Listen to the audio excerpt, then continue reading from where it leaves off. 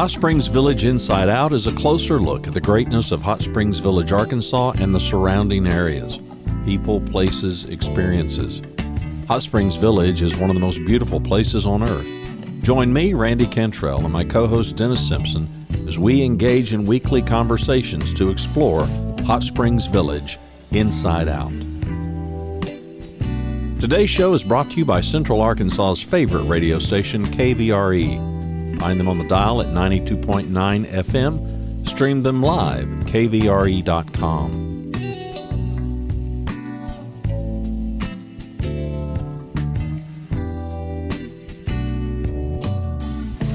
Today's show is brought to you by RE/MAX of Hot Springs Village. The award-winning RE/MAX of Hot Springs Village is the largest real estate office inside the village with over 30 full-time agents and support staff. Visit them to learn more about this beautiful place to solve your real estate needs. Call them at 1-800-364-9007. Find them online at explorehsv.com. They are RE/MAX of Hot Springs Village at 1-800-364-9007 or online at explorehsv.com. HSV Inside Out is also brought to you by Ike Eisenhower State Farm. Ike and his award-winning team have been serving the insurance needs of folks all around Hot Springs Village since 1998. Ike has qualified for State Farm's President's Club, Chairman's Circle, and Hot Springs Village Insurance Agent of the Year. Call Ike Eisenhower State Farm today at 501-984-4100. That's 501-984-4100. Find them online at ikeeisenhower.net. Call them today for all your insurance needs because, like a good neighbor, Ike Eisenhower State Farm is there.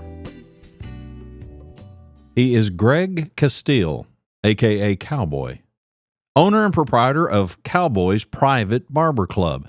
And today we're going to find out his story. My idea was to, as a artistic-minded, which I used to walk through department stores. I used to dress my sister for what we did in New York, and I could just walk through a women's clothing store, don't ask me how, and I would walk through there and my eyes would grab the clothing, certain articles, and throw it up there, and she says, "That's crazy, how can you do that?" And I says, "I don't know." So you put together an outfit? I'd put together all her clothes for, you were for... how old?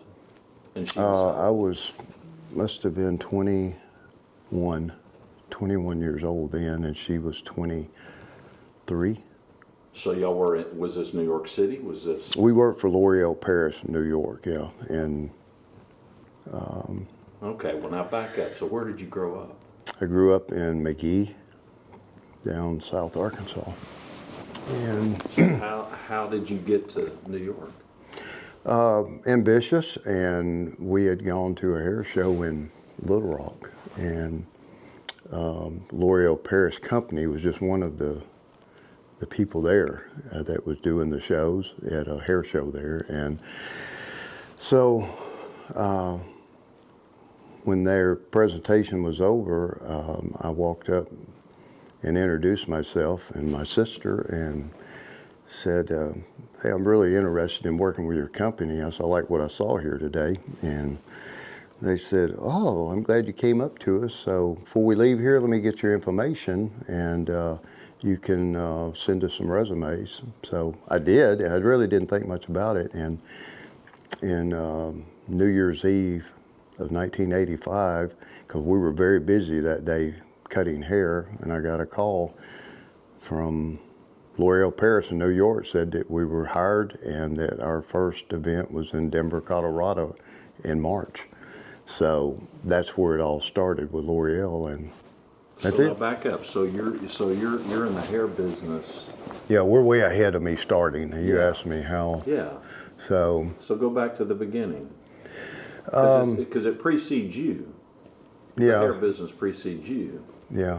So I came out of school and went to the family farm. I was farming, and in 1982, I decided that farming wasn't for me for life. So the family's in the hair business. The women cut all the hair and the men farmed and agriculture related. And I thought, well, I don't don't think I want to do this the rest of my life. So I went to barber school in Little Rock, and there was an option there to go to cosmetology school, to go to barber school. But barber school was more appealing to me because when I looked into it deep, barber stylists were really a lot more advanced than cosmetologists at that, and maybe today still possibly. But now, what year are we talking? 1983. And you're entering going to barber school. Okay. I made the decision to go to barber stylist school, and it just opened up a lot more avenues in the hair cutting part of precision cutting, and I'd been told by some people that had been in the business for quite some years, and so I'd made that decision because I could still cut women's hair, men's hair. It made no difference whether you were a barber or cosmetologist, but the barber styling end of it was very deep into the precision cutting of hair.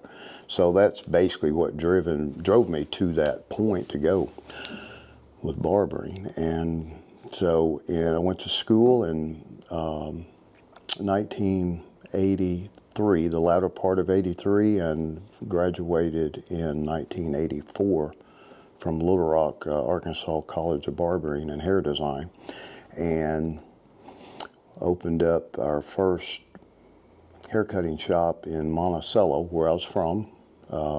Grew up in McGee, 25 miles from there, but had married and was living in Monticello then.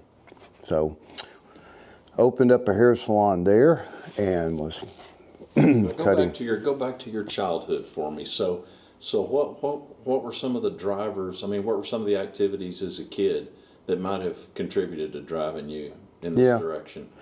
When I grew up on the farm, as probably up till 11 years old, a family farm, which is outside of McGee, just about 5 miles. And so Mother and Dad decided they wanted to move into town and build a home that was close to the baseball field and the tennis courts and swimming pools. So we were like 5 houses down from all that activity going on there. And I had no interest in any of that. That just wasn't, I was more a farm boy. I grew up on the farm out there. So at 8, it's 11. I think that I'm right on this. Somewhere around 10, 11 years old, moved us into town, and I was pretty ambitious, to do something, to make a difference, I think. And so I got this idea that I could walk the neighborhood and sell fire extinguishers that you put on your counter for fires in your kitchen. So my mind was like traveling, and thinking about things that, so then I got the toilet bowl. Was the driver for that to make money, or was there some other motive? Mostly just to make some money. Yeah, make some money, yeah. And so then my mind was telling me, I could do toilet bowl flushers. What is items that people use every day? Yeah. And so this was my mind running, and so I added to my fire extinguishers toilet bowl flushers, the old ones we used to hang on the commode, and it would turn the water blue, I know. So I got some support out of Mom to help me order a few cases of those. So she helped me figure out how to get them, and I really don't remember how, but it happened. We had some cases, so I went around the neighborhood knocking on the door. I'm the neighborhood boy I have a fire extinguisher for you, and if that's not working for you, have a blue water, clean your toilet, And it wasn't going very well for me. I wasn't making many sales, and I'm thinking, I got to come up with a new idea on this. So I decided that I'll just leave them there, let them use them, and then after they see it, they'll buy them. After they use it, and hopefully, they didn't use a fire extinguisher, but at least it was sitting there and gave them something to think about. The neighborhood boy brought the fire extinguisher by. So I ended up selling more. Did that work? Yeah, I ended up selling more of the toilet bowl flushers, and probably because they had put them in their toilet, so they couldn't give them back to me. So it was a forced sale then. So it was, that kind of got me off to in business, you know, when I was a young kid. So you had entrepreneurial spirit. I did, absolutely. Yeah. So, and it went on from there to the farming end of it. I could never think small. My grandfather had the farm there that we grew up on, and so it was kind of handed to me. So my senior year in high school, where most people wasn't even thinking about business and more thinking about girls, and I was too, but still my mind was searching on things that interested me. So I borrowed $80,000 my senior year in high school to farm the family farm, Big money. Big money, and you know, so, and it was How farmers. scary was that?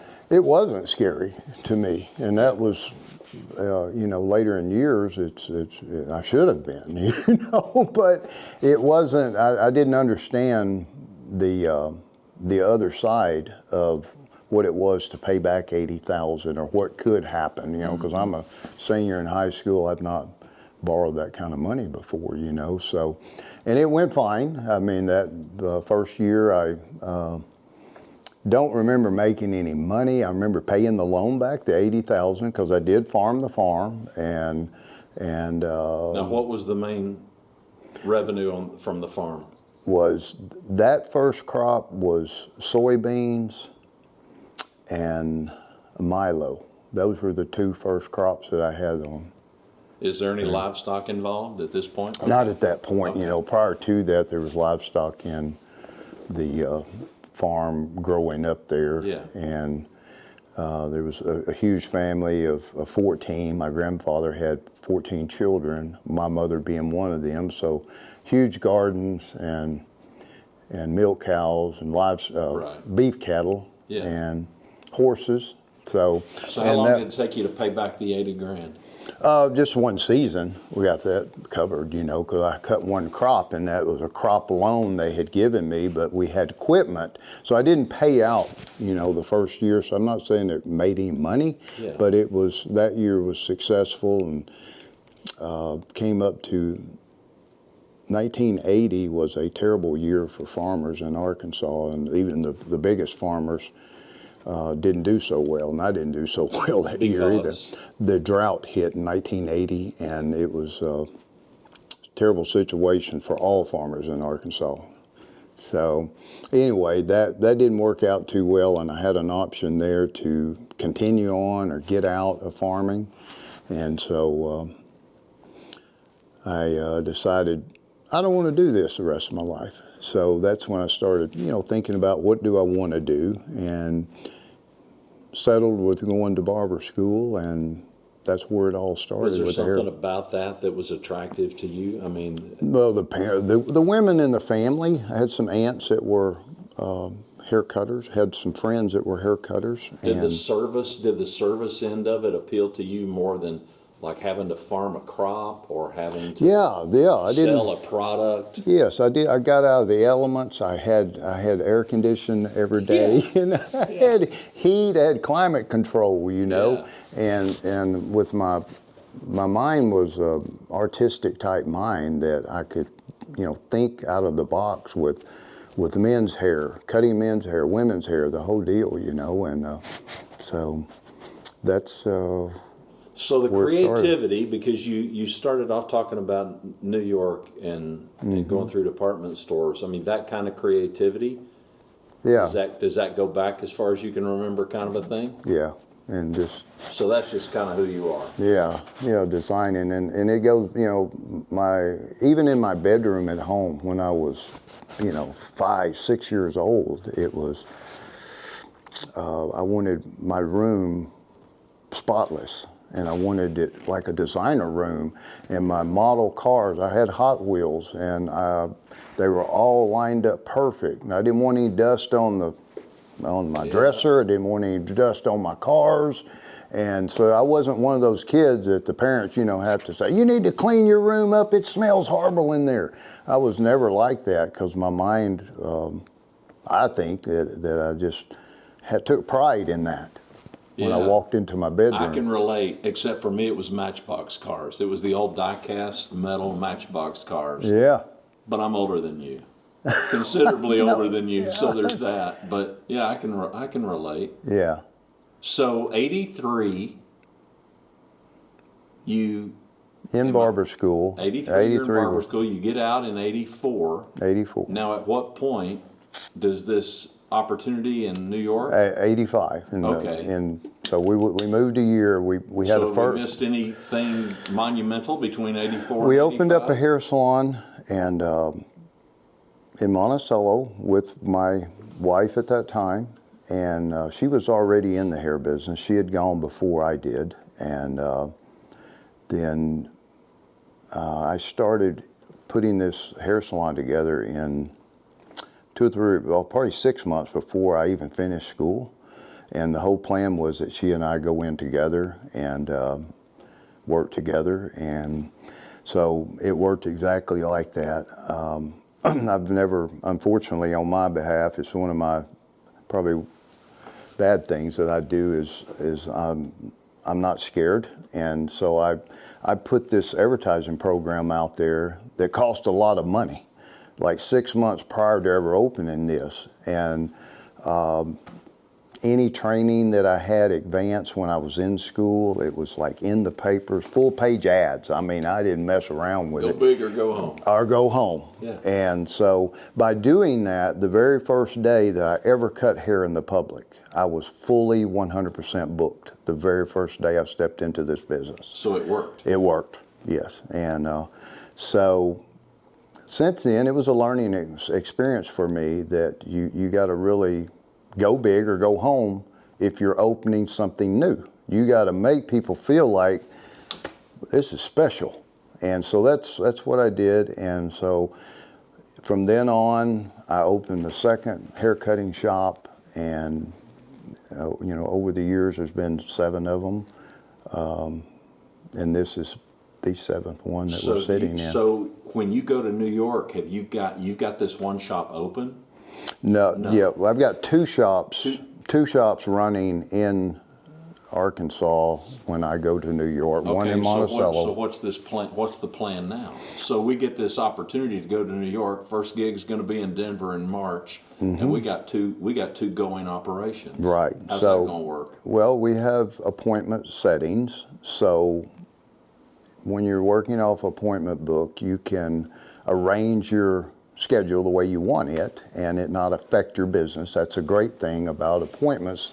And a lot of barbershops are set up under walk-in door. You got 9 to 5 on the door, and that's kind of a confining type business. They expect you to be there, but working on appointments, it doesn't hurt your business if you're on the beach in Florida or the Caribbean and working off a hair appointment book. They don't know you're in the Caribbean. They just want you to be there on their appointment. Right. Or in Denver doing something else. Yeah. So that was quite an experience. There was went to Denver. Is anything about the New York thing, is that scary? Yeah, it was because we got a call on New Year's Eve. No, it's not. I looked at my sister and I hung the phone up. I said, well, we are now a package deal. We're a package deal. Yeah. Okay. I said, well, I talked my way in there. Now we have to perform. And she said, oh my gosh. I said, they just said it's first events in Denver in March. Now, what is this work going to look like for them? We were hired on as hair designers for the company, and so we were the one to create all the new hair in the future. And so we arrived in Denver, and I had no idea what to expect, and there was 5,000 professional hair cutters there. So it was not like probably some have been there in the business for 30 years, and here we are, beginners in the industry. And I talked my way into this company, and now we have to walk out on the stage with thousands of people to show them what the new upcoming designs. Yes. So it was quite a scary. I'm assuming that went swimmingly, though. It did, because they said they loved what we did, and they just kept sending us, to the next city, So, and we were still cutting hair. What was different so what was different about your approach and your pitch to even get this gig? I mean, there had to be something that was outstanding, or they wouldn't have given you the nod. I think 50% of any achievement in life is visual. Like the first thing you see when you step into any office, any coliseum, any haircutting shop, is 50% of that is the sale is what they see. That certainly is true here. Exactly. So this dates back to what we're talking about 40 years ago, what you walk into here. Right. And so that comes to my sister and our appearance. So when I walked up to this New York company, I've always been one to dress for the occasion. Yep. I'm Cowboy here today, and Cowboy is my heart. It's where I am. But I would never wear this to a function in New York if it was hair. I would dress for the occasion for that, whatever we're doing. So at that particular day when we went, we were dressed in, I had a tux coat on. I was dressed to my best at 21 years old. Right. And my hair was the best it could be, and my sister was the same way.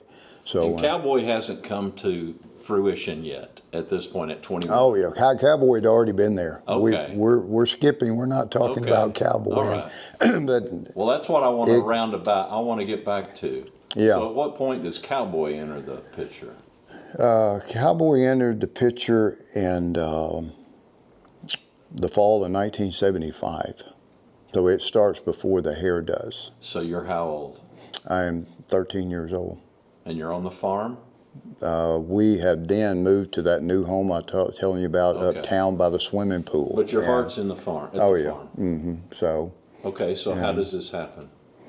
So we were still working agriculture. Dad was a crop duster, so we were still in the agriculture world, and we went to a job one morning, and this guy is there, and he walks up to Dad and I, and Dad says, "Greg, I'd like you to meet Chuck Blevins." Said, Chuck is a bull rider, and here's this guy that's, looks like he could lift a building or pick that truck up that was right there. He had these big muscles, and super nice guy, and there again, as I told you, visual a while ago. Yeah. Visual. Caught your attention. I was like, wow, and he's a bull rider, so it's, I was sold, like, immediately as him as a person, and he said, hey, we're having a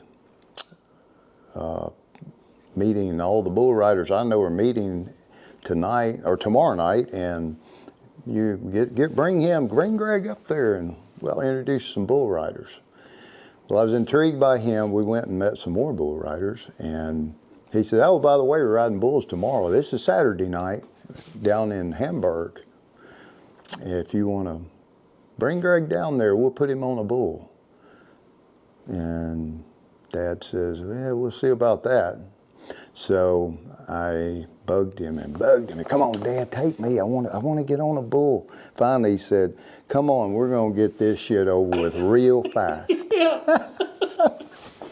Little did he know. And when he said, come on, we're going, the butterflies jumped in my stomach then. I went, I'm committed now, So we make our journey down to Hamburg, and they're all there. There's all the bulls, and I can't back out now. Now, So, at this point, have you spent much time at all at rodeos? Have you? I mean, is this a completely foreign thing, or?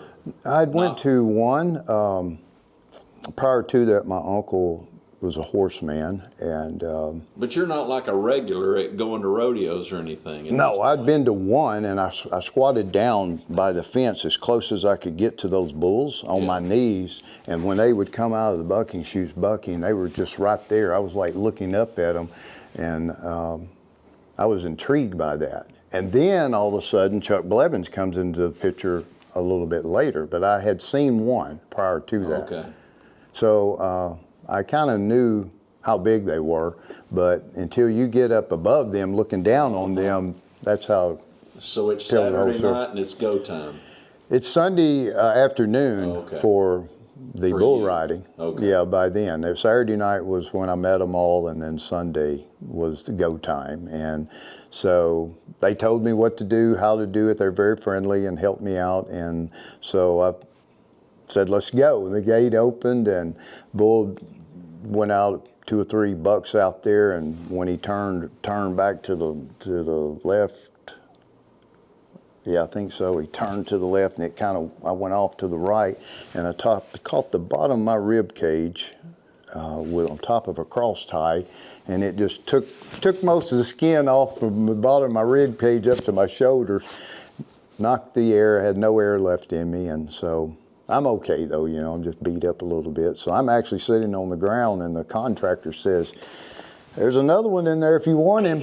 Well, Dad thought this is over with, and I said, yeah, I do. I want him. I want to try it again. So Dad, before he passed away, he told the story many times. He said, I took him down there that day, and I thought we'd get this over with real fast. 40 years later, he's still climbing on the back of those bulls. Yeah. So. Did he regret taking you? No. It became a sport, at that point, I went and I turned my football uniform in because You were hooked. It was there was a football game that night, and I played basketball. There's pee-wee basketball and pee-wee football, and got up to the junior football. And Friday night, everyone was going to a rodeo, and I was having to go to a football game. Yeah. And I went, and then Monday morning, I told Dad, I said, I'm turning my uniform in Monday morning at school because I'm not going to play football. I'm going to be a bull rider. So that's what I did, and I don't regret that at all. It's been a good ride. Now, since you're a visual guy, so the Cowboy regalia, did that precede this, or did that come because of this bull riding event? Well, I mentioned my uncle because, he influenced me on the cowboy end of it. And once that happened on that Sunday, it really set who I am still today, just from that one event there. So, but it's always been there. I quit playing football, so I didn't play football or basketball, any of the school sports, but I was a bull rider at that point. And so when we was on the stage in New York, I was beat up. I mean, from a bull ride just a couple of nights before, or the weekend before. And my sister, I remember her bringing that up. She says, and he's also rides bulls. So we're working on the stage in Denver, but she brings it up that just a few days ago he was on the back of a 2,000-pound bull. So it was kind of maybe intriguing to people that I was doing this, but over here I was cutting hair and riding bulls. So, and what do I do today? I cut hair and I ride bulls, still yeah, today. Except today, it's kind of congruent. I mean, today you're not dressed the way you had to dress when you were on the stage in Denver. I mean, now does it feel more, it's just who you are all the time, no matter what you're doing? It is, and the only time I would change, I would go to New York City like I am now, because that's who I am, and don't mind telling people that if I'm in a tux, there's a reason I'm in a tux. Right. And but when I get out of here, I'm putting my jeans and my hat back on. That's me now. Mm-hmm. So the highlights of the New York experience and this company that hires you, what are some of those, and then what comes after that? We did that for probably a year and a half of working with them, and it's very intriguing to be a part of that. But when you start, and it was a paid job, but when you start looking at the travel time away from your booking appointments and what they paid, it kind of became like, okay, what do we want to do here? Do we want to continue this? Because it was not anything that we were gaining financially out of. It was kind of a washout for us. But if we stuck with just cutting hair at home and keeping our books full, we would actually make more money. So didn't anything bad happen on that. It was just a decision that we made with that company. And then from there, I went to Woodland Hills, California with Sebastian International and worked with them. And I already had the background of New York, L'Oreal Paris then, so Was that similar work? Yeah, it was the same thing. And so I have owned all these salons over the years. People say, I don't know how you cut my hair, but it was 30 years ago you cut my hair. I run into them and said, I've never had a haircut like that, ever, still till today. And I said, well, thank you. That's a compliment to me. And I think I know why that happens, but it'd be hard to explain unless you was a hair cutter. But so I've always been, the hair cuttings came easy for me because I understood it, and always tried to make the next one better than the last one. And still today, anyone that sits in my chair, I truly try to make the next one better. So the growth as a business owner from that first salon to where we're sitting today, I don't know, I'm curious as a business guy, I'm curious the lessons learned, and whatever that first one looked like, describe that one versus where we're at today. On the hair cutting part of it? Yeah, or just this visual stuff, because it's this creativity, this visual stuff. You clearly have got the chops and the skills to cut the hair, but this whole presentation, because this ambiance, this atmosphere, come on, anybody can go anywhere and get their hair cut. Yeah. But you can't, not anybody can go anywhere and get this experience and get the quality of haircut or hair care that clearly you've got the experience to deliver. Yeah. I'm curious the journey of all this visual stuff that we're surrounded by, and how that plays a role for you as far as just creativity. I would assume that the creativity of cutting hair, well, I do podcasting from a studio that I call the Yellow Studio. It's kind of my muse. Is the atmosphere a muse for you?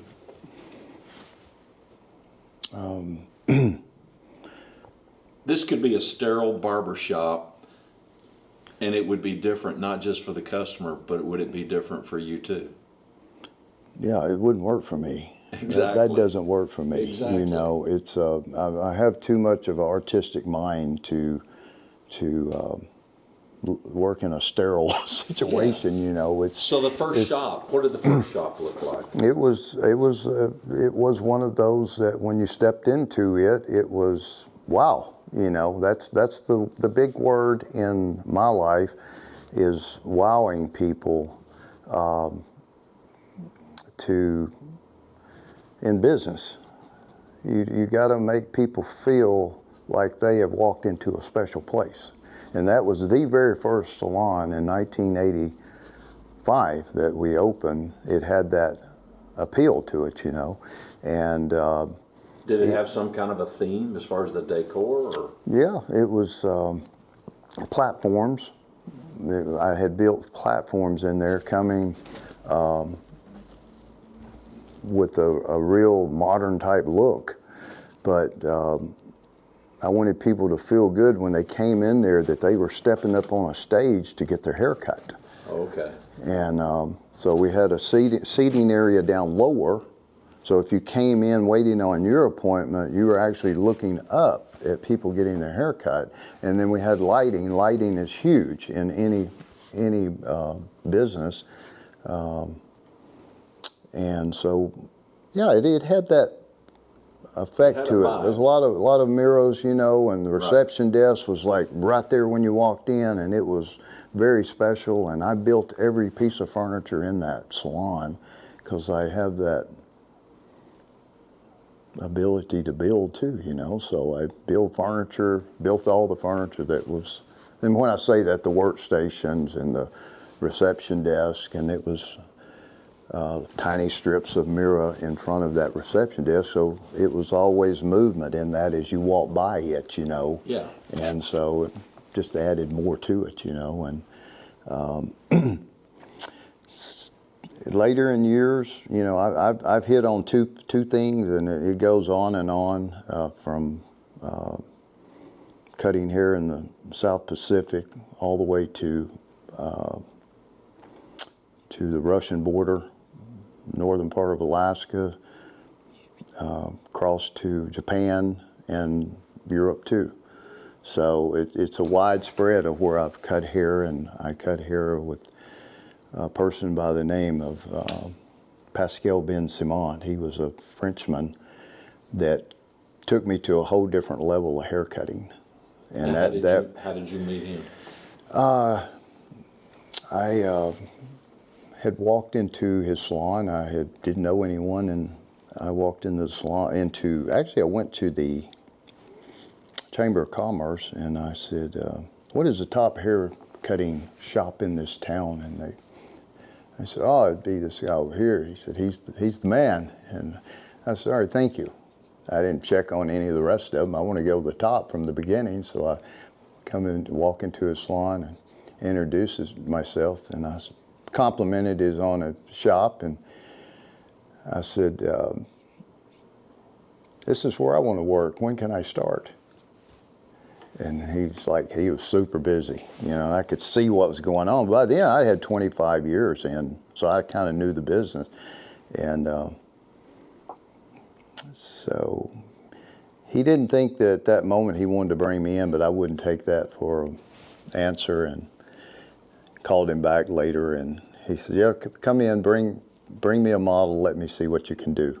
So it started there. But just working with him, it was amazing to myself what level. He took me to a whole higher level of hair cutting because he had been trained by a very famous hair cutter out of Paris that was his mentor. And then I show up, and I thought I was a hotshot hair cutter until I met him. I figured out, boy, I'm still running behind, but if I can work with him, I will try to reach, you know, his level. And I did. I worked with him, and that was a game changer for me in the quality of my work, and taking a French type cut and American cut that I had and combined them together, and it really came out with a good product. And this is what year? What time period are we talking here? That was in 2003 is when I met Pascal. So you're working for him. So when you leave him, do you open up another shop? Yeah, I left there and went north to Casper, Wyoming, and had opened up I bought a shop up there. And now, did the bull riding take you up there? What took you up there? That's a good question, because there was no connection up there for me except for that I was driving, looking for a venture and looking at new country and. So you're in Wyoming. You bought a shop, and you're looking for a new adventure. Yeah. And it's a way to get going. Yeah, you know, and it was established, and so I hit the ground running, you know, with people. Now, that where's would the come in. bull riding going on during this? I assume this is all happening parallel. Yeah, so bull riding is for 16 years, from 1975 to 1991, was consistent. And then it became sparse after that. I've never quit. I've never got rid of my gear, but I had other interests, and then I would go back to it off and on. And then in 2014, I think I had that moment that where people say, you know, you've reached the age that, man, I better do something if I'm gonna do it, you know. And you can cut hair till you're 90, you know, but Yeah. if I'm gonna ride any bulls, I'd had some bad things happen in my life and kind of in a gray moment, and I thought, you know, last time I had really a lot of fun was on the back of a bull. So in 2014, I kind of Kicked it back up. kicked it back up a few notches, you know, and so it's been going since 2014, and ended up setting a Guinness World Record during that time, and have now won the World Championship this year, 2024. So, and possibly going to try to set the second Guinness World Record with that win. Guinness is different.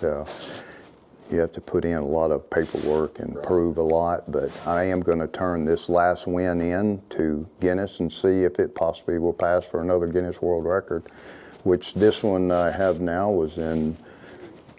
I was 54 years old, and so it will reset that same record at 63 years old, which will make it much harder to break for anyone ever. Yeah. So I'm gonna give it a try. It's not done yet, but we'll see. What's the worst injury you suffered? I've been fortunate. You always are cracking and breaking and ripping muscles. Probably the worst one that bothers me is concussions. I've had a lot of concussions over the years, you know, and any bull rider, you're gonna have that. So And a lot of bull riders today, I mean, I know enough to be dangerous, but you know, the helmets, which are basically hockey helmets, because I am a hockey guy, but that wasn't always the case. The head protection is a relatively new thing, as far as I can tell. yeah, a bull rider that I was riding with got killed in 89, and that kind of started changing the rules of the bull riding world, and they came out with a protective vest that became mandatory for all bull riders to wear, and it's kind of like a flag, maybe what cops wear, I don't know exactly, but, and all that does is if you get stepped on or a horn hits you, it will kind of Protect your vital organs. yeah, kind of, instead of one spot, it'll kind of blend it out some, because they still die with those vests, Yeah. you know, and so it helps. And then later the helmets came out, and if you're born, I don't know the year, but if you're born after a certain time, you have to wear a helmet now. And all of us prior to that do not have to, and I've never worn one, and probably won't, you know, just to finish up my career, I probably won't wear one. It's just nothing wrong with it. I highly recommend it, but that's not me. Yeah, I get it. So the concussions are probably the most long-lasting. Yeah, because people ask, do you break bones? I cracked 3 bones this last finals, and tore some big muscles around my Rotator cuff. Yeah, you know. So that's bull riding. So yeah, you're going to break and snap. And how bad's it going to be? You know, you don't know. Right. So, the thing that bothers me right now, my back is still good. I've had some bad bulls stepping in my back over the years, and paralyzed the muscles, and where I couldn't walk and things like that, and got over it. And still have my spleen. A lot of bull riders do not have their spleen, but normal everyday life of bull rider. I've had that, and concussions is the things that possibly may bite me down the road. I don't know. We'll see.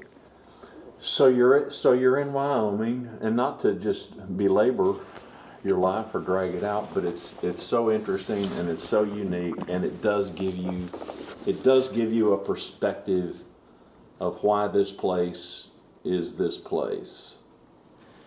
It's original, and the way, why is it original is because of where I came from, and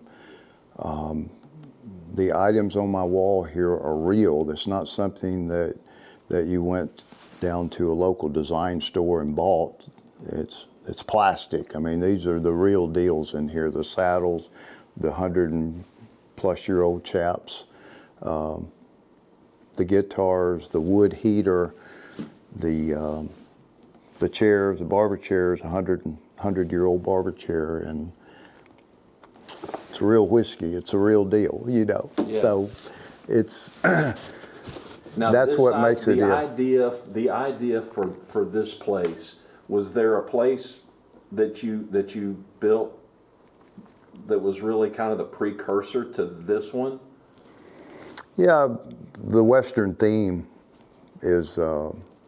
So that's fairly common for you in more recent years, I would assume. Yeah. So from that original stage and more contemporary. And I had original items in the other shops too, but there again, the way my mind works, I want to take it to another level. Everything. So. Well, you absolutely have here. So you opened this shop when? This shop opened a year ago, and we were full up and running in January of 23. Okay. 20. Yeah. No, 24. This is 24. Beginning of this year. Yeah. So fully up and running. I mean, not that we wasn't ready the day we opened, but we opened a little bit before that, but it was solid and running in January this year. So explain to us kind of the concept and the uniqueness of this place, because it's not just the decor that's different, it's not just your expertise that's different and unique, but it's also just the way that you operate. It's all different. Yeah. So wherever you want to dive in, I'm curious how these ideas, I'm sure you're just in your creative mode, you're thinking, why not try this? You clearly are an adventurer, so you're a guy who's willing to try stuff. And it sounds to me, well, I'll ask it as a question. I do coaching, and I ask people, have most of your dreams come true? And your answer would be? Yes. Everybody answers that, which kind of makes you wonder, are we dreaming big enough, right? Doesn't it? Yeah. Because everybody tells me that. I've never had anybody say, no, most of mine have not. Yeah. Everybody says yes. And I think you're a perfect illustration of that. I mean, I think you're a test case. Admittedly, it seems to me that you have ventured out to go bigger or go home more than probably the average bear, which is great and wonderful. So the genesis for this particular shop, I'm curious what that backstory is. Smell. Everyone that has a good nose and a good set of eyes. It does have a smell. Yeah, that's captured when people step in and they have this visual and the smell. Yeah. It captures you. And it sparks memories, and it retains memories, and it does. creates memories. It's so important to have the right smell for the decor or what you're trying to achieve.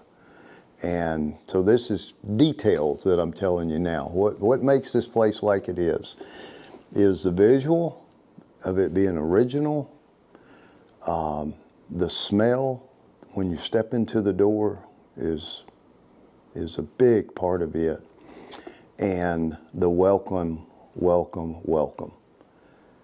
That is very important, that when people step into your door of your business, they have those three things and they're sold 50% right then, maybe 51, maybe Yeah, 52, maybe more. maybe more. No, it's very comfortable. Yeah, so stepping in, and then once you get in, it's such a welcome. I never let anyone become unrecognized that walks through that door. They're immediately recognized that you're here, and hey, good morning, thank you. There's hot coffee over there. There's whiskey if you want it, you know, and sit in the recliners and enjoy. And then I get back to my client, what I'm doing, but I made sure that I recognized they walked into the door. Yeah, it's a dated reference, but people our age will know it. I mean, it's a norm going into Cheers, kind of a feel. Mm-hmm. You Yeah. know, I mean, it's just kind of like, yeah, you just feel home. Yeah. So, You're away from home, which is kind of nice, but you're home, which Yeah. is also kind of nice. Homey atmosphere, and that was my mindset to create here. And I'm looking up after when you asked me that, and I looked at my TVs. You know, flat screen TVs are all over the world now, but I put them in a 1800 style barber shop, and it's not working. I mean, this is modern electronics in a barber shop that's designed to be from the 1800s. And so I'm thinking, that's not working for me. What can I do? So my mind, you know, being like it is, oh, I know what I'll do. I'll turn them into wood pictures. Yep. So I build these wood frames around the TVs that people ask me, is that a picture? Yeah. You know, it's a TV there, but once you put the warmth to it, get rid of the industrial look and put the warmth to it, it changed everything. So the details of seeing things that, oh, that's not going to work, then you figure out a way to make it work, but keep the TVs. So, and the wagon wheel chandelier, you know, that was important. I drove a lot of miles to pick that up because I was looking for a certain one. It had to be the right size. It had to be fit the decor. So I found that one in another state, and I said, I'll be there tomorrow to pick it up. So, you know, you drive a long ways for one piece in this barbershop. It was worth it. Yeah. And it was worth it. And well, and you do, because you mentioned that you had built the furniture even in your first location. So yeah, all the mirrors, big massive mirrors that.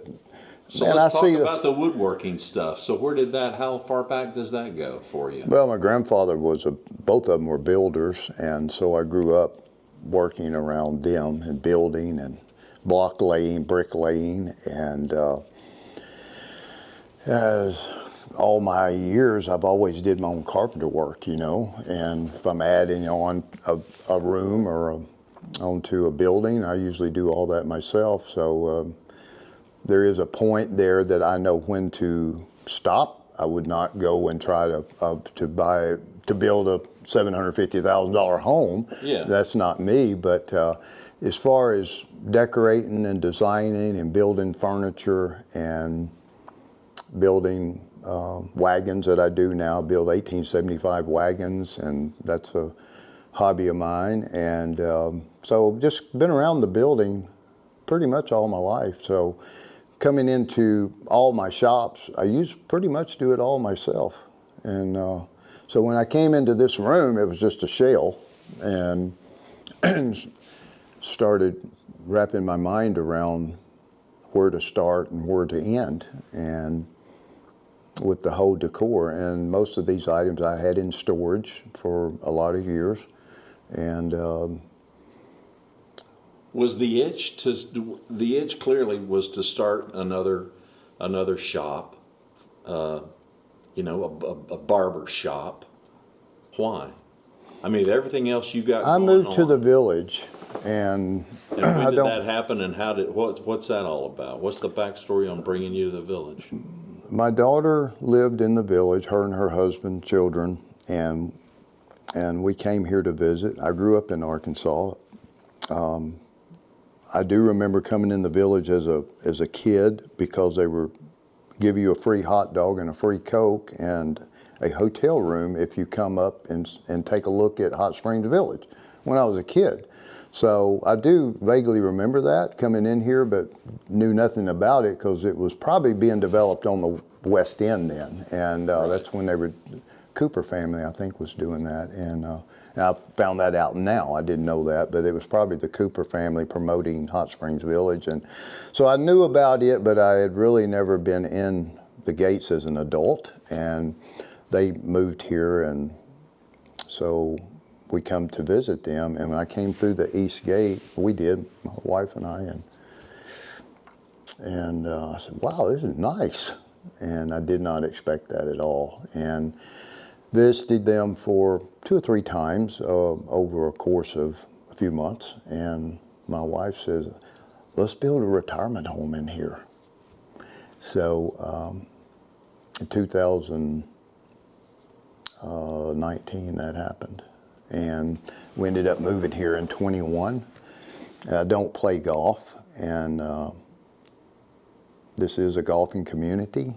So there is a lot of natural forests out around this place that I enjoy. I enjoy back trails. I enjoy driving back trails, jeeping, and so. And my family's still here that's close by. My daughter ended up moving. I said, what's up with this? We move in one day and they move out the village, you know. Well, you know, it works for some young people and some people it doesn't, you know, for young, you know, these, they're in their 30s. So they ended up moving to Benton, and it's a better fit for them. And so I'm still able to go see them. No, it's close. And so not playing golf, I said, you know, maybe I've stopped cutting hair, but I may do something in the village on a small scale. So that's when my mind starts racing again, how I could do this on a small scale, keep it in a very private setting, that I pick and choose every client that comes in here. Because I'm in a whole different situation than I was the past 39 years of haircutting. And so I'm in a position that I can, here's a plan. I hope it works for you. If it don't, I understand. I'm still your friend. And that's what I tell people. You know, it's not for everybody, this, but it is a very, I came up with this idea of putting a private club barber shop with a membership. And what does a membership do? It's $1. It's $1 for life for a membership, but it's a binder on people. They have a part of this. You know, once they sign that $1 and the bell rings, you know, they feel good about being a part of this. And so how powerful is that bell? That bell is powerful, you know, because that just jumps in their soul that, man, I'm a part of this deal. That's right. So, and then the liquor part of it, I had liquor in my shops 40 years ago. That was not new to me at all, because we've never sold liquor, but being a private club and giving liquor away, and just part of being a member of the club, that you get drinks with your haircuts. And so there's been 319 people like the program. Yeah. And we're growing, and we've set the ceiling at 500 on the private barber club part of it. And it's changing every month, growing. And so at some point we will have 500 members, and then we will shut it off. And only way that it will be new members at that time is if someone leaves, moves, or passes away, which we're in a retirement community. Yeah. So there will be some additional ones added on after that, but the whole plan is to have a great, fun 500 people coming in here that enjoy coming in here. If it's not for you, I understand, but we're still your friend, you know. And we're getting there, and then there's a whole nother stage. This is stage 2. I was stage 1. I have a new barber, Jim, master barber. He's stage 2. and stage 3 and 4 is the last. We're only open the first 2 weeks of the month. People wonder about that. Say, how do you have a business and close it half the time? Well, we're by appointments, so it doesn't affect my business on sales or anything like it would if I had on the door open from 9 to 5. So the second stage coming up, 2 and 3 and 4, is going to be a walk-in business only. That no more private barber club members will be, unless one comes open. And then 50% of this business likes appointments, 50% like walk-in. So by that time, we're going to be capturing the whole 100% market by, if you don't like appointments, we have something for you. The last 2 weeks, walk-in. So we will eventually get to that point. And well, as usual, it's dream big or go home. Or there it is. So why not? You dream the whole plan. 2 weeks was only the beginning. You know, that was where my mind would start. But the full circle was having this thing open. So talk about the services that you offer. Anything that you offer, you know, the cutting itself is unique. But, I mean, are there other things that you do that... You ever heard that story on, and I'm not into the restaurant business, but most of the time that when restaurants have short menus, but what they have is really good. Exactly. I mean, it's excellent. And that's what we are here. When I do a shave, what my reach is, that when I set them up out of that chair, they say, Cowboy, you know what you are doing. Because it's an experience. It's not just laying you back and getting a shave. It's the experience of getting that shave and the end results of it. So we do barber work. We do shaves. We do facials. We do neck shaves in between haircuts. That is picking up very well because there's no appointment necessary in that, and just keeps you neat and clean. And a lot of the golfers in the village, that's their style. They like to stay looking neat and clean. So if they book once a month, they may come in between just to get their outline done to keep them looking good all the time. So we offer that service, and beard trims, and that's pretty much our menu. So, but we do it in a way that you will have an experience that we hope you never forget. Yeah, and I will say, as a guy who hasn't had a haircut in decades, I've shaved my head for years and years, probably since I was 40, and I'm 67. So, but I got $1 in here somewhere. I got a dollar. Look behind you. You got a special dollar over it. I got $1 in here somewhere. Look how it stands out alone. It's on the very tail end. Yeah. It's very unique. Yeah, it is. It is a shirt that he had taken the time, or someone did, to fold it to look just like you could put it on and go to the beach. Yeah. So it definitely stands out. I could pick it out easily. Yeah, but thank you. The place is not a place, it's not a one-time, which is what I also like about the whole club thing. It's not a one-off. I like that you're migrating to the walk-in thing, because there are going to be people that come and visit the village that would get an opportunity, kind of like the short-term rental business. Yeah. You'd get an opportunity to experience it if you don't live here, which I think would be great. It would be great for the people that are visiting the village. Yeah. Now, listen, I think you got something really terrific. I come from a big city. I've lived in Dallas-Fort Worth for decades, and I've never seen anything like it. That's a compliment. Thank you. There's some high-end men's salons in the DFW area, and I've been in pretty much all of them. And some of them have got some terrific businesses, but nothing like this. So, thank you. I appreciate the story, and I think the story helps people understand why the place looks like it looks. Yeah. I'll give you the last word. Yeah.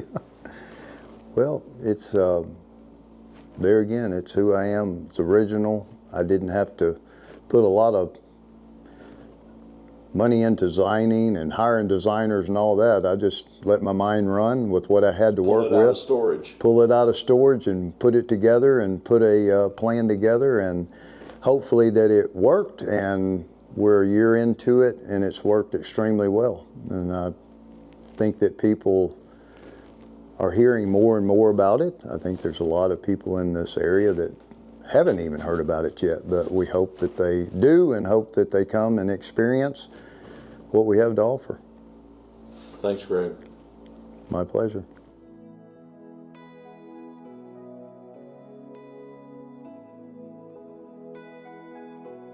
Hi, I'm Tom, and I come to Cowboy's Country Club for a haircut, and I love this place. Great atmosphere and a good haircut. Hey, this is Mike. I'm at Cowboy's Barbershop.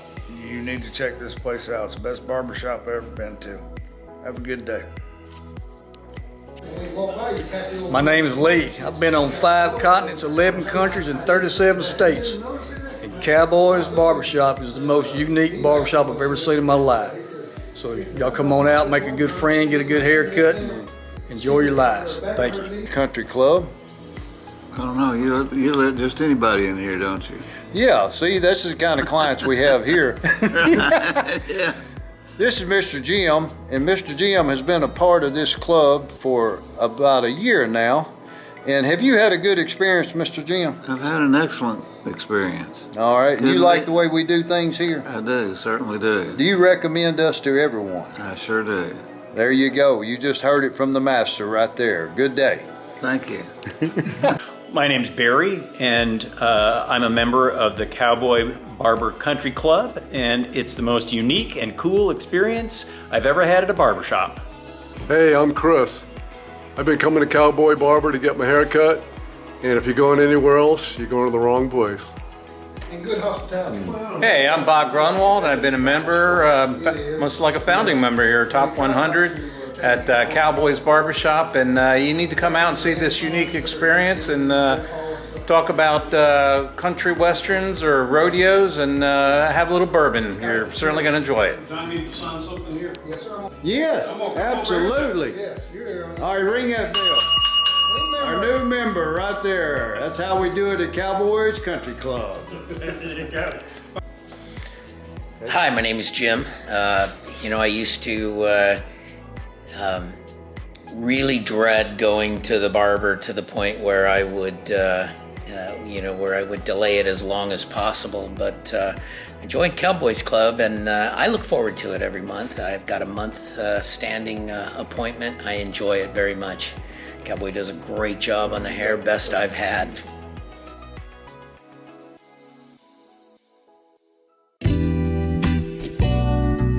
Thanks for watching and listening to Hot Springs Village Inside Out, a weekly podcast starring Hot Springs Village, Arkansas. Visit the website at hotspringsvillageinsideout.com.